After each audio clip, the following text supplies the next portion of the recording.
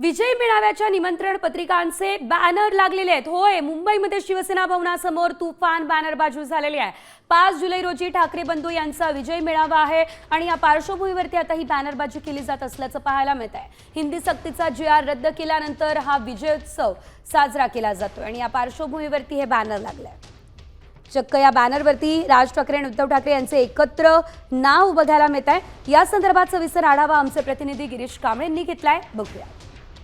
हिंदी सक्तीचा GR शासनाने रद्द केल्यानंतर दोन्ही ठाकरे बंधू विजयी मेळावा आहे तो साजरा करणार आहेत। 5 जुलै रोजी हा वरळीच्या NSI डोममध्ये हा सोहळा पार पडणार आहे आणि याची निमंत्रण पत्रिका आहे ती राज ठाकरे आणि उद्धव ठाकरे या दोघांनी एकत्रितरित्या प्रकाशित केल्यानंतर आता त्याचे निमंत्रण पत्रिका आहे ते ठिकठिकाणी बॅनर्सच्या स्वरूपात लावण्यात येत आहे।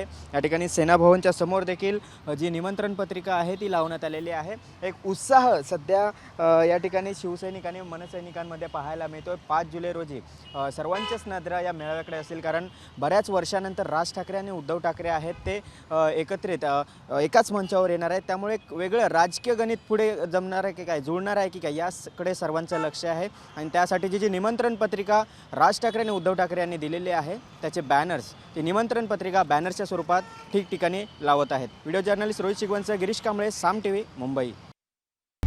आता isakal.com आहे देशातील नंबर 1 ची मराठी न्यूज वेबसाईट। प्रत्येक अपडेटसाठी isakal.com ला नक्की भेट द्या।